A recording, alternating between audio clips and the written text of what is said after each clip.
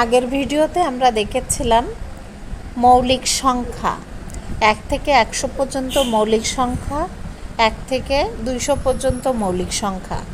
আজকে আমরা জানবো এই মৌলিক সংখ্যা আমরা সহজে কিভাবে বের করতে পারি। যে কোনো সংখ্যা যদি এক এবং ওই সংখ্যা ছাড়া অন্য কোনো সংখ্যা দ্বারা ভাগ করা না যায় তখন সেটাকে আমরা মৌলিক সংখ্যা বলে থাকি।